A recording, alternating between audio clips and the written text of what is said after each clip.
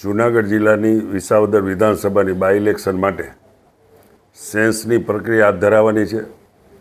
આ સેન્સ લેવા માટે હું મોહન કુંડારિયા, પૂર્વ સાંસદ રાજકોટ, અમારી સાથે જામનગરના પૂર્વ મેયર અમીબેન પારેખ, પછી અમારા અનુસૂચિત જાતિના પ્રમુખ ગૌતમભાઈ ગેડિયા અને અમારા વિધાનસભા વિસાવદરના ચૂંટણી ઇલેક્શનના પ્રભારી ભાઈ શ્રી કમલેશભાઈ મીનાણી આજે આપની સાથે ઉપસ્થિત છે. ત્યારે વિધાનસભાના દાવેદારોને સાંભળવાના, પછી અમારા ભારતીય જનતા પાર્ટીના ચૂંટાયેલા પ્રતિનિધિ હોય, પાર્ટીના પદાધિકારીઓ હોય કે અન્ય આગેવાનો ને સવારથી સાંજ સુધી આજે અમે સાંભળવાના છીએ અને દાવેદારો પણ પોતાની દાવેદારી રજૂ કરી શકે એને પણ તક આપવાના છીએ.